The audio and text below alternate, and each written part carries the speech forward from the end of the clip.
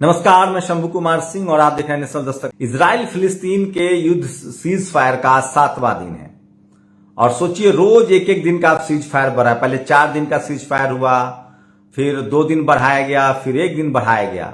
फिलिस्तीन अपनी शर्तों पर सीज फायर बढ़ा रहा है। एक के बदले 3 फिलिस्तीनियों को छोड़ना पड़ रहा है इजराइल को, और इजराइल किस तरह से घुटनों पर आ गया है। और भारत सरकार ने एक बार फिर से इजराइल के खिलाफ यूनाइटेड नेशन में वोट किया है। भक्तों के लिए बहुत दर्दनाक खबर है, चुभने वाली खबर है जो मैं आपको बता रहा हूं किस तरह से इजराइल ने। लेकिन एक खबर बता दूं, विधानसभा में पल्लवी पटेल ने जो कहा है वो बड़ा भयानक है। उन्होंने कहा है कि किसी भी पार्टी के जो दलित पिछड़े नेता हैं, आदिवासी नेता हैं और खासकर बीजेपी में, वो समाज के हकों के साथ समझौता कर चुके हैं। विधानसभा में उन्होंने बोला, ये बयान वायरल हो रहा है, कल आपको बताऊंगा, इस पर पूरा विश्लेषण भी करूंगा और सुनाऊंगा। पल्लवी पटेल सोनेलाल पटेल की बेटी हैं और वो अपना दल कमेरा की अध्यक्ष भी हैं और विधायक भी हैं। खैर आगे बढ़ते हैं। सोचिए इजराइल में जो है वो घुटनों पर आ गया है। रोज एक एक दिन की वो मोहलत मांग रहा है, लेकिन इजराइल के साथ अब कुछ बड़ा होने वाला है। खाड़ी देशों ने मुकम्मल तैयारी कर ली और आज तो जापान में प्रदर्शन हुआ फिलिस्तीन के पक्ष में और इजराइल के खिलाफ। और भारत सरकार ने, सोचिए, फिलिस्तीन ही नहीं, सीरिया के साथ भारत खड़ा है और खाड़ी देशों के साथ अपनी दोस्ती बनाए रखना चाहता है।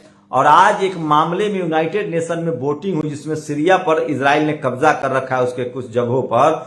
उसके खिलाफ 91 देशों ने वोट किया और इजराइल के खिलाफ।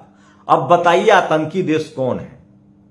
फिलिस्तीन पर कब्जा, सीरिया पर कब्जा। ये बेंजामिन नेतन्याहू की पूरी पुल पट्टी खुल रही है, पूरी दुनिया में उसकी जगहसाई हो रही है। और खाड़ी देशों ने इतना भयानक प्लान बनाया है कि आपको भरोसा नहीं होगा।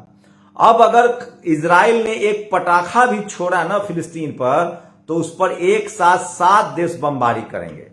अब तक सोचिए, अब तक फिलिस्तीन, हमास के लड़ाके, हिजबुल्लाह लेबनान के लड़ाके और हूथी, ईरान अब तक इजरायलियों पर हमला नहीं कर रहे थे। वो सिर्फ उसके सेना पर हमला कर रहे थे, आईडीएफ पर। और इसी के बहाने गजा पट्टी और वेस्ट बैंक में इजराइल जो है वो अपने नागरिकों को हथियार देकर भेज रहा था, सिविल ड्रेस में, जिसको सेटलर कहा जा रहा था। अब फिलिस्तीन और हमास ने उन सेटलरों को भी मारना शुरू कर दिया है। और जिस तरह से फिलिस्तीन के 10 लाख लोग बर्बाद हो गए, 15 लाख लोग, उनके परिवार को मार दिया गया, उनके घर छीन लिए गए, उनको मलबे में तब्दील कर दिया गया।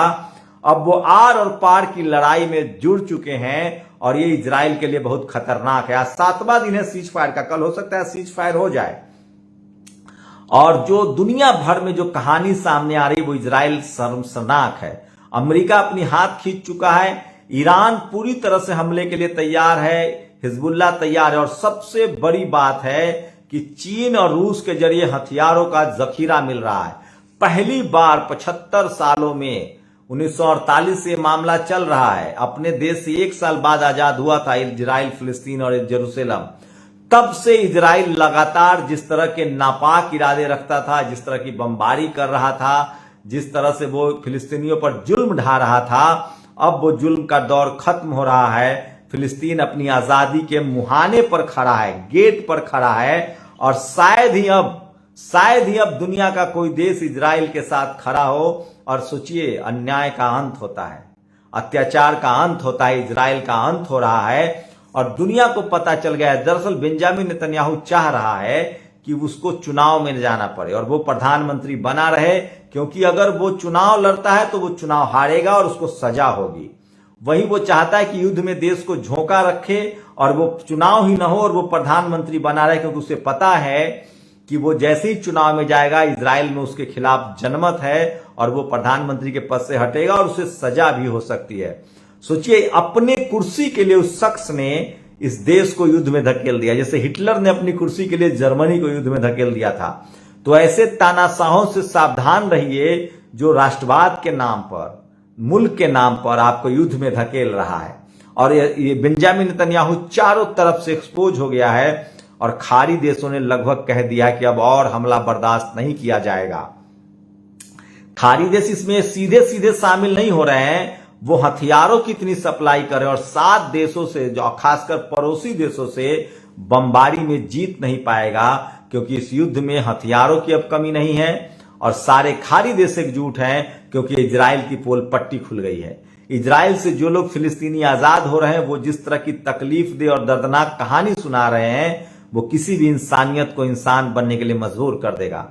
शायद ही दुनिया का कोई देश हो जहां इजराइल को कोई समर्थन कर रहा हो। जापान, एशिया का कोई देश नहीं, यूरोप का कोई देश नहीं। और आज तो भारत ने फिर से इजराइल के खिलाफ एक बार और वोटिंग की। इससे पहले भी 145 देशों ने जो वोटिंग की थी, उसमें भी भारत ने फिलिस्तीन के लिए वोटिंग किया था। आज तो सीरिया के पक्ष में भारत ने वोटिंग किया है और ये सबसे शानदार विदेश नीति है भारत की। और खाड़ी देशों से संबंध भारत के लिए ज्यादा फायदेमंद है। 60 देश खाड़ी देश है जहां हमारा बिजनेस है, व्यापार है, एक्सपोर्ट है, इंपोर्ट है। भारत के लोग अपनी जीविका कमाते हैं और भारत के लोग बड़े बड़े पदों पर हैं और यहां तक कि भारत का विदेशी मुद्रा भंडार बढ़ता है। इजराइल क्या करता है? अपना हथियार हमारे देश में बेचता है। अमेरिका का हथियार, वो अपना हथियार। हमें इजराइल से क्या फायदा है?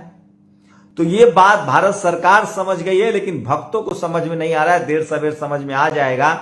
जब भक्तों को अपनी महंगाई समझ में नहीं आ रही है, अपनी बेरोजगारी समझ में नहीं आ रही है, जब उनको अपनी लाचारी समझ में नहीं आ रही, जब अग्निवीर समझ में नहीं आ रहा है, जब उनको नोटबंदी समझ में नहीं आया, जब उनको लॉकडाउन समझ में नहीं आया, तो भक्तों का कोई इलाज नहीं है। इजराइल कहां से समझेंगे? खैर, पूरी दुनिया को समझ में आ गया है कि इजराइल एक आतंकी देश है, इजराइल एक तानाशाह देश है, इजराइल एक विस्तारवादी देश है और पूरी दुनिया उसकी खड़ी है। मेरी चिंता सिर्फ रूस को लेकर नहीं है। रूस हमेशा से भारत का अभिन्न दोस्त रहा है और हर मौके पर उस भारत के साथ। मेरी चिंता चीन है, जो चाहता था कि भारत एक कदम पीछे हटे और इजराइल के साथ जाए और वो खाड़ी देशों के साथ अपनी दोस्ती बढ़ा ले, क्योंकि ये दुनिया पूरी दुनिया जानती है कि अभी फिलहाल फिलिस्तीन के साथ खाड़ी देश है। खाड़ी देशों की ईमानदारी सोचिए। खाड़ी देश कभी भी पाकिस्तान के साथ खड़ा नहीं हुआ, जबकि दुनिया में सबसे बड़ी मुस्लिम आबादी पाकिस्तान में है, दूसरे नंबर पर भारत में है। दुनिया को, खाड़ी देशों को पता है कि पाकिस्तान एक आतंकी संगठनों का सरगना है, वो प्रॉक्सी वार करता है और इसलिए खाड़ी देश उसके साथ खड़ा नहीं हुआ। और भारत ने कभी भी पाकिस्तान के लोगों पर जुल्म नहीं किया। आतंकवाद को उसने करारा जवाब दिया है। अपनी सीमा की सुरक्षा की, आम पाकिस्तानियों को कभी कुछ नहीं किया है।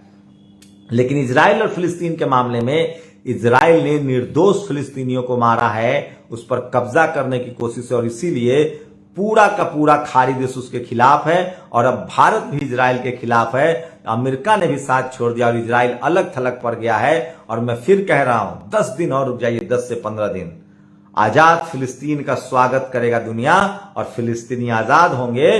और जितनी उसकी बर्बादी हुई है, खाड़ी देश, एलन मस्क और पूरी दुनिया इजराइल के, फिलिस्तीन के साथ खड़ा है और फिलिस्तीन को फिर से लोग मदद करेंगे, पुनर्निर्माण करेंगे और वो फिर से एक स्वतंत्र देश होगा। 21वीं सदी में न तो हिटलरशाही चलेगी, न ही कोई, अब लोकतंत्र का जमाना है, डेमोक्रेसी का जमाना है। और ये सब कुछ हुआ है सोशल मीडिया की वजह से। अगर सोशल मीडिया न होता तो इजराइल की हकीकत दुनिया के सामने न आती, जैसे भारत में मनुवादी मीडिया की हकीकत सामने न आती।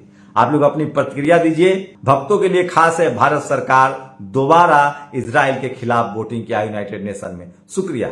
नेशनल दस्तक की आपसे गुजारिश है कि अगर इसको बचाना चाहते हैं तो नेशनल दस्तक को सब्सक्राइब करने के लिए रेड कलर के सब्सक्राइब बटन को दबाएं, फिर बेल आइकन की घंटी दबाएं।